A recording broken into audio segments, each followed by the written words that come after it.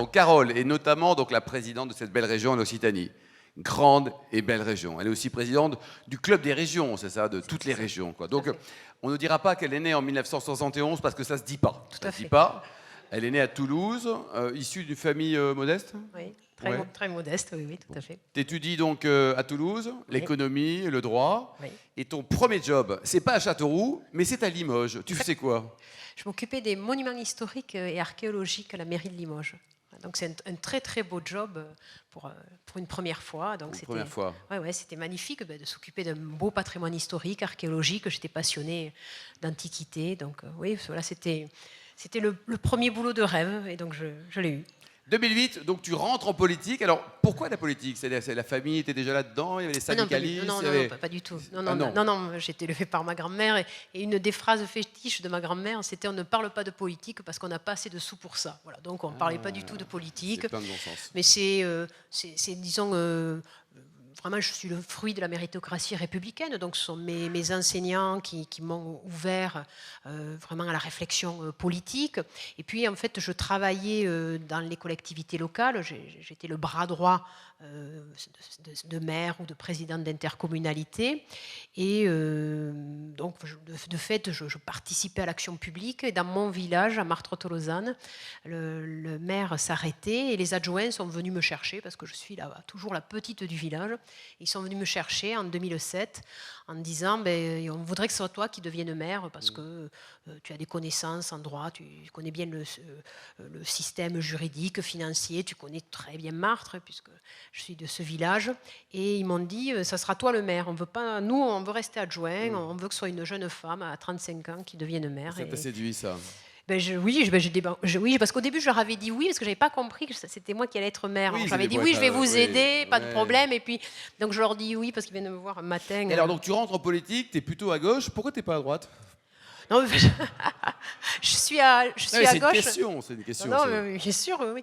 Non, mais je suis à gauche parce que pour moi, la lutte contre les inégalités, faire en sorte qu'un enfant ait les mêmes chances de réaliser sa vie, de rêver sa vie, quelles que soient ses origines sociales, quelle que soit sa couleur de peau, pour moi, c'est fondamental. Maire, est-ce que c'est le plus beau métier du monde à égalité avec prof? Oui, maire, c'est magnifique. Parce maire, quand on est en plus de sa commune, c'est là où on améliore quand même le plus directement le quotidien des gens. C'est un accomplissement. Et puis, maire, c'est à la double signification. Oui, donc oui, c'est une très très belle fonction. Carole, 36 000 communes en France, c'est monstrueux. Là, il faut en faire quoi, la moitié, non? Non, pas la moitié, mais c'est vrai qu'il faudrait peut-être un peu réduire, parce que parfois, il y a des communes qui ont même tout juste 10 habitants. Mais la moitié, je ne pense pas, parce qu'il faut voir quand même que dans ce monde qui est de plus en plus complexe, où les gens sont de plus en plus seuls, d'avoir quand même la commune, c'est l'échelon quand même de solidarité, c'est l'échelon de proximité. Un lieu de vie aussi. Oui, puis c'est quand on a un problème, on va à la mairie. Quand on ne maîtrise pas tout, quand on n'a pas tous les codes, quand on n'a pas tous les réseaux, ainsi de suite. C'est pour ça que sur ce sujet des communes, il faut faire attention. Parce que d'avoir une vision qui est un peu simpliste, la République, elle est fragile. Il faut voir ce qui se passe dans d'autres pays. Et on pense en particulier au conflit du Proche-Orient. La République, c'est notre maison à tous. Et la République, elle vit dans les communes. Et donc, c'est pour ça que cet échelon vraiment de proximité, de solidarité, où on peut être en accompagnement des gens, il ne faut pas l'abîmer, il faut le préserver. À ton avis, et Carole, maire de Toulouse, c'est un job sympa ou pas? Ça doit être un job sympa, c'est une très belle ville, oui, tout à fait. Tu as été également député. C'est quoi le quotidien d'un député? Qu'est-ce que vous faites pendant une semaine? Alors moi, j'étais une députée quand même qui faisait beaucoup de terrain parce que je m'ennuyais ferme à l'Assemblée nationale. Donc je faisais en sorte de passer le moins de temps possible à l'Assemblée nationale. Donc moi, j'étais à la commission des finances, alors là encore ça allait, mais les débats dans l'hémicycle vraiment m'ennuyaient profondément. Et donc je faisais beaucoup de terrain et je suis originaire d'une circonscription qui s'appelle le Comminges et le Savès, qui est une circonscription très rurale, qui a connu la désindustrialisation, donc qui est pauvre. Et donc je me battais battais beaucoup, en particulier pour l'hôpital. J'ai réussi à faire en sorte que l'hôpital ne soit pas fermé, qu'il soit modernisé. Je me suis beaucoup battue pour les entreprises, pour que les écoles aussi ne ferment pas. Voilà, donc je faisais beaucoup de terrain pour essayer d'aider ces gens qui avaient un peu un sentiment de fatalité, qui avaient connu une époque un peu dorée où il y avait l'industrie, en particulier avec des grands groupes comme Elf, comme Péchinet. Et là, ils avaient connu vraiment la fuite, la perte de ces entreprises. Et donc, la terre, elle est rude en Comminges, elle n'est pas très productive. Et donc, il y avait vraiment une baisse de revenus qui était significative. Et donc, j'ai essayé de leur donner espoir. Donc, voilà, j'étais à côté d'eux, avec eux. Tu as été également secrétaire d'État quand Oui, François Hollande tout à fait. était président. Ton meilleur et ton pire souvenir de cette période? Alors, mon meilleur souvenir... C'est quand tu as été nommé? Oui, tout à fait, parce que je ne m'y attendais pas, mais alors vraiment pas du tout. Mais vraiment, parce qu'ils disent tout ça. Hein. Ah non, mais Ah bon. alors là, moi, tout le monde peut en témoigner, parce qu'en fait, le téléphone sonnait, j'étais en commission des finances, puis je ne réponds pas, parce que je vois en plus 01, donc je me disais, c'est pas une urgence dans ma circo, donc voilà, donc je ne répondais pas. Puis ça n'arrêtait pas, et puis à un moment, je me suis... Alors, donc je décroche, j'étais en commission de finances, et je dis, je m'excuse, mais je suis en commission des finances, et j'entends, oui, mais c'est le secrétariat du président de la République. Alors bon, là, je dis... Et puis là, tu raccroches. Non. Et donc enfin, mes collègues députés à l'époque, comme je leur fais, je sais pas ce qui se passe, c'est le secrétaire du président de la République, je sors de la salle, et dans le couloir, j'ai François Hollande qui me dit je veux te nommer voilà, donc secrétaire d'État à l'économie sociale et solidaire, au commerce, à l'artisanat et donc à la consommation. Est-ce que tu es d'accord? Alors, je lui dis, là, je ne sais pas, oui, d'accord. Il me dit, bon, mais la dépêche AFP part. Alors, je lui dis, non, elle ne part pas. Je lui dis, parce que là, il faut que je prévienne ma mère. Je lui dis, sinon, elle a une crise cardiaque. Voilà. Et donc, c'est vrai que voilà, quand j'ai annoncé à ma mère, venant de milieux très modestes, où on a connu quand même pas mal de drames dans ma famille, voilà, quand il a fallu lui dire de quoi j'étais secrétaire d'État, parce que là, en plus, c'était long. Hein, c'est long. Voilà. Ben, en fait, voilà, je l'entendais pleurer. Et à un moment, je fais « Maman, arrête, il faut que je finisse de te dire de quoi je suis secrétaire d'État. » Voilà. Voilà. Donc oui, c'est un moment qui a été très, très émouvant. Et le pire? Le pire, ce fut les attentats, voilà, puisque c'était la période où il y avait les attentats. Et c'est vrai que quand on était en Conseil des ministres ou quand on était en réunion à Matignon, on apprenait tous les attentats qui étaient déjoués. Hein, voilà, à l'époque, c'était Bernard Cazeneuve. Et on sortait de Matignon ou de l'Élysée, on était glacés parce que, bien sûr, il ne fallait pas le dire, parce qu'il ne fallait pas que la psychose s'empare du pays. Ouais, ça, c'était dur. Ouais, c'était dur. Ouais. Carole, président de la République, c'est un job qui pourrait te tenter ou pas? Non, mais je pense que là, franchement, aujourd'hui, c'est pas le genre de question qu'il faut se poser, parce que, franchement, là, non, mais parce que vu l'ambiance en politique, vu quand même, franchement, moi, je suis atterrée de voir qu'on ne parle pas des vrais problèmes des Français, on ne parle pas des vrais problèmes dans le monde. Et je pense que là, il faut quand même être attentif qu'à force d'apparaître les politiques comme déconnectés du réel et de ne plus être en capacité de transformer la vie, ça donne le champ à l'extrême droite. Donc, si vous préférez, je trouve que c'est presque indécent de parler de présidentielle quand la République est menacée.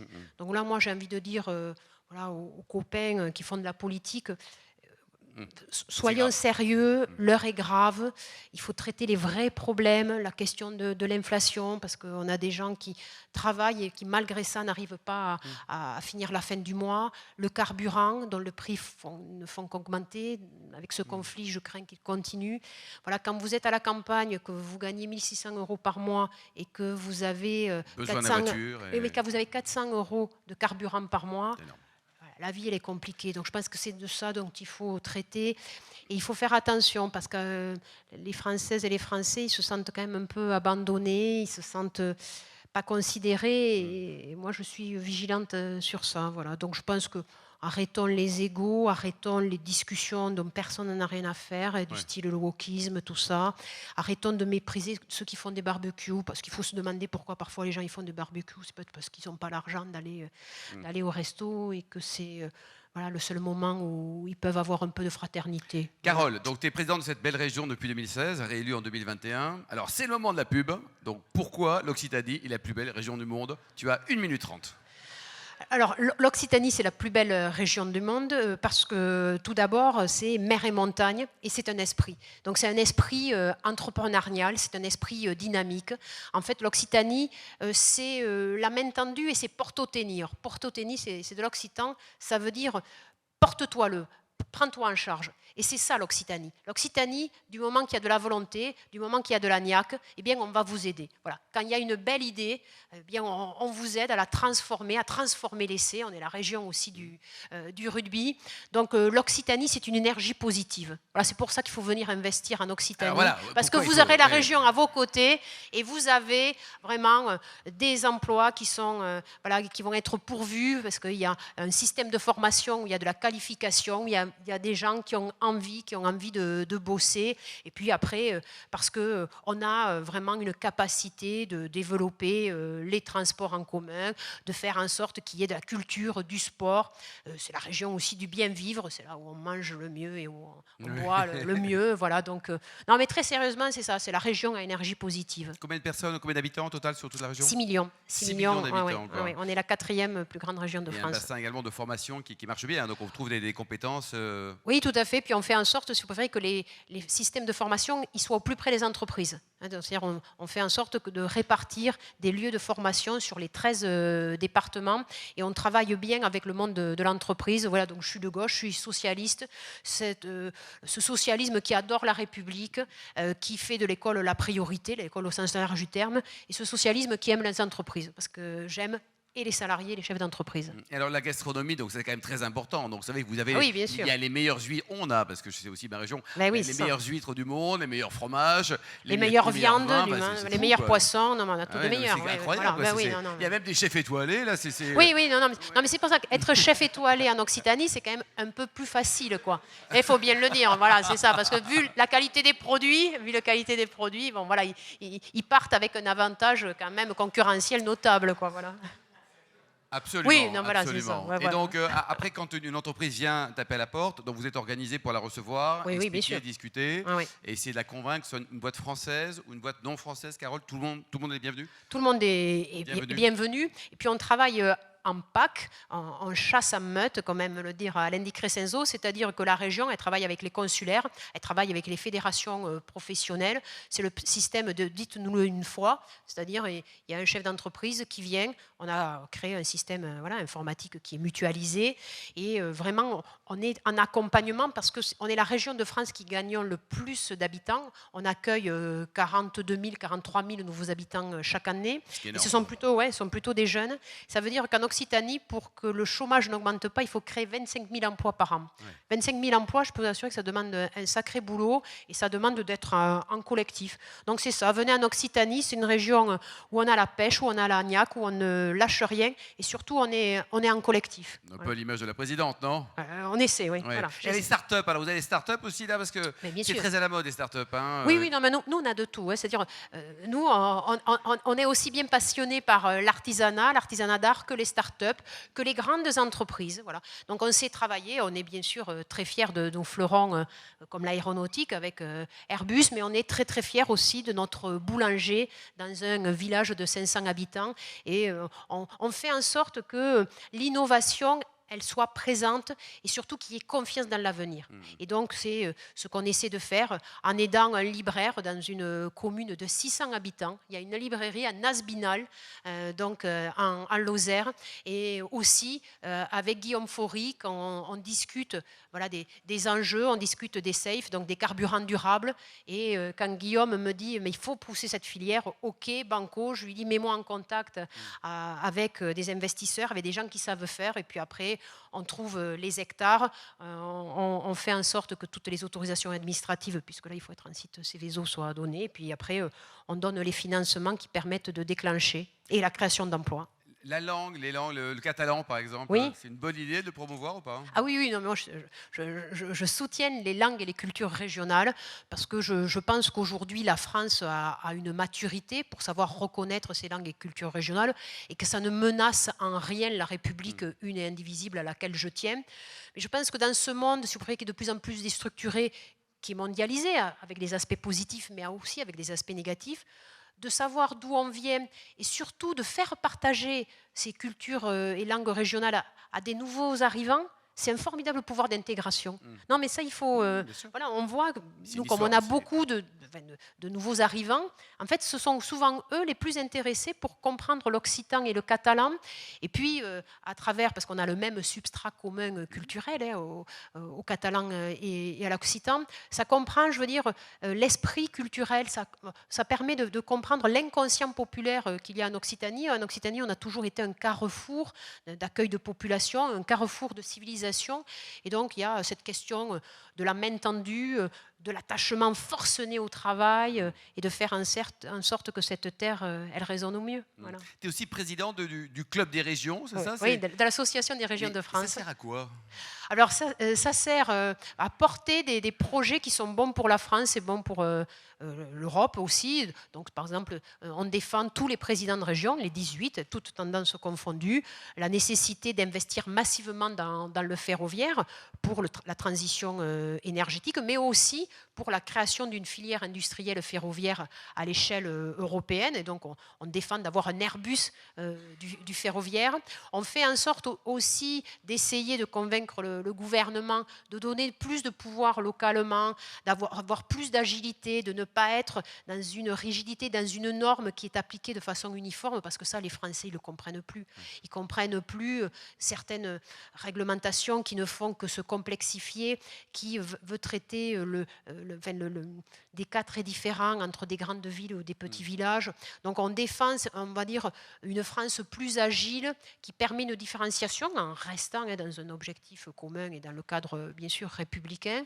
Mais ça sert à ça sert à... Là, si vous préférez, là, je vais commencer le fight avec le gouvernement sur le projet de loi de finances 2024. Oui, bien sûr, ils nous baissent les dotations. Alors bien sûr, on va monter au créneau. Donc, ça concerne toutes les régions? Ça concerne toutes les régions, parce que je défends toutes les régions pour qu'on ait des moyens. On est quand même les régions, le niveau de collectivité locale qui a le plus investi ces dernières années pour pouvoir accompagner les entreprises au moment du confinement, pour pouvoir être en force pour se battre par rapport à la question du numérique, à la digitalisation, par rapport aussi à la question de la transition énergétique. Donc on demande d'avoir les moyens. Et ça, Carole, entre un Xavier Bertrand, une Carole Delga, un Hervé Morin, une Christelle Morancé, tout ça, vous aimez? C'est-à-dire qu'on oublie tout ça, on est là pour défendre la région et pas ses convictions politiques. Vraiment. Non, mais vraiment, moi, ça fait maintenant 2 ans et demi que je suis présidente de Région de France et on est un vrai pack, on est très soudés. Alors après, tous, ils ont des bons caractères. Mais bon, j'en ai un peu aussi. Puis bon, j'ai la faconde occitane, une main de fer dans un gant de velours. Sur 18 régions, Carole, combien de femmes président des régions? Que 5. Eh oui, et qu'est-ce qui se passe là? Qu'est-ce qui se passe, messieurs? Voilà. C'est-à-dire qu'en général, les têtes de liste, ce sont des hommes. Quoi. Et si vous préférez, on met les femmes plutôt au deuxième rang. Quoi. Voilà. Donc c'est ça qui se passe. Comment on fait pour que ça change? Il faut qu'il y ait vraiment de plus en plus de femmes qui s'impliquent. Il faut donner l'exemple. C'est vrai que je pense que d'avoir... j'ai été la première présidente de Région de France. Donc depuis maintenant 40 ans, en fait, il n'y avait eu que des hommes à la tête de la Région de France. On en parlait toujours avec Christelle Morancé, Edouard, qui est une femme super aussi. Tout à fait. Et alors, avant de passer les questions-réponses de la salle, toi, tes derniers coups de cœur, pas les meilleurs parce que tu vas vexer les gens, ton meilleur coup de cœur en dégustation, le dernier qui t'a fait vibrer, c'était quoi? Et alors, le dernier restaurant qui t'a marqué, oublions Stéphane parce que lui, il est hors concours. Alors, ça peut être un tout petit resto ou un grand ou un énorme, un lunaire, peu importe. Une émotion. Alors, pour le resto, certains Occitans vont se douter de ce que je vais dire. C'est le restaurant Casté de Martres-Tolosane, de mon village. Voilà. Parce que là, j'ai un luxe extraordinaire, c'est que je vais à pied au restaurant et c'est un excellent, et qu'est-ce qu'il faut prendre? Resto. Allons jusqu'au bout. C'est quoi leur plat typique là? Alors, le plat, moi, que j'adore, c'est les chromeski, qui font, qui est vraiment délicieux. Après, il y a aussi, j'aime beaucoup l'agneau, comment ils le travaillent. Ça, c'est bon. Et puis après, l'agneau des Pyrénées, je suppose. Oui, l'agneau des Pyrénées, oui. Évidemment, on va pas aller à Pauillac pour ça. Non, mais voilà, c'est ça. Et puis après, les desserts en verre soufflé. Ils sont spécialisés dans les desserts. En verre soufflé, c'est très, très bon. Le bon petit verre de vin que tu as bu chez un type sympa, ou une femme ou un homme d'ailleurs, sympa. Donc j'aime beaucoup le vin rouge de la Lyonne de Langaran. Ah oui, c'est très bien. La famille, la Diane Nosfeld et compagnie, c'est une fille formidable. Et puis, c'est une femme. son frère, Oui. c'est Ah oui, le patron, c'est Florent Gull, Absolument. c'est le Florian patron. Grill, qui est l'actuel président de la fédération, qui a remplacé Bernard Laporte, qui est aussi un type formidable. Ils sont Voilà, très tout bien, à ces fait. gens-là. Et alors, rugby et vin, voilà, donc ça Ah oui, ça marche bien. caractérise Ah, c'est bien marrant que tu dis ça. l'Occitanie.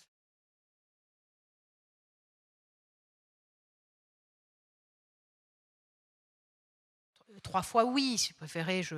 Enfin, nous, ce que nous demandons, parce qu'on travaille tous sérieusement, hein, donc les 18 présidents de région, ce que nous avons demandé, c'est par exemple que l'orientation soit confiée aux régions. Parce que dans ce pays, on a un vrai problème sur les compétences, sur le recrutement. Vous êtes chef d'entreprise, vous connaissez les difficultés que vous avez pour recruter.